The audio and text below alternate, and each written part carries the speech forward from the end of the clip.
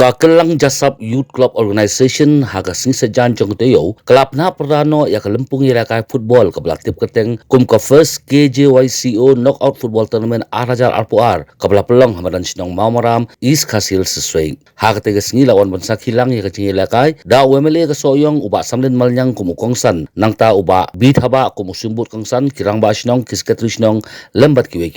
haba phai sa kecing kun final ke belong hapdeng ka mau tapskum sports club ya ka friend combine football club kamau tap skum kala peliam no ya ka friend combine da argo lakaway ka kinun ka bajop hak tegesngi kalayo ra ya kasong bisa ka balong 10,000 tingkat ringkat bat ka trofi.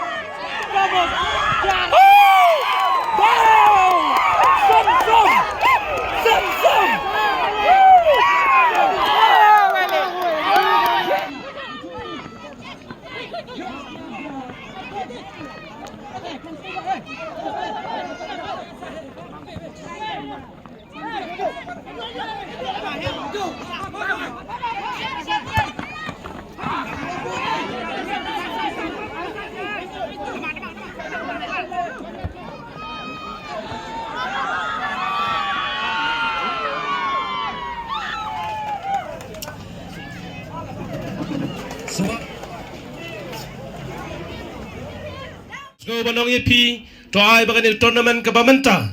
kan long ka bajop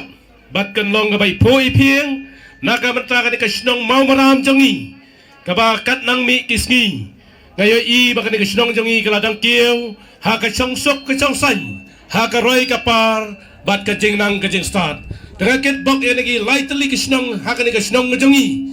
bakin kieu saprang ha ka imlang salang ha ka senchar ka kadar bat ka roy ka par bat nga kit bok ikini gisnong bakin nga bet ya biang nadu nang ne sekmat ngin nang kenjo sisu so way mau jampan tehane nas ngi ngas ngobat ai kublai kerpang ya ka seng samla jong ka kelang ka seng samla kelang ka baju kendu kam na ka por kadai ka seng samla ka batrai nam ta ka bet ka biang jong ka snong kelang batru ya ka ni lightly gisnong batru ya ka ni area bat ka conflict so yong hi pro ka way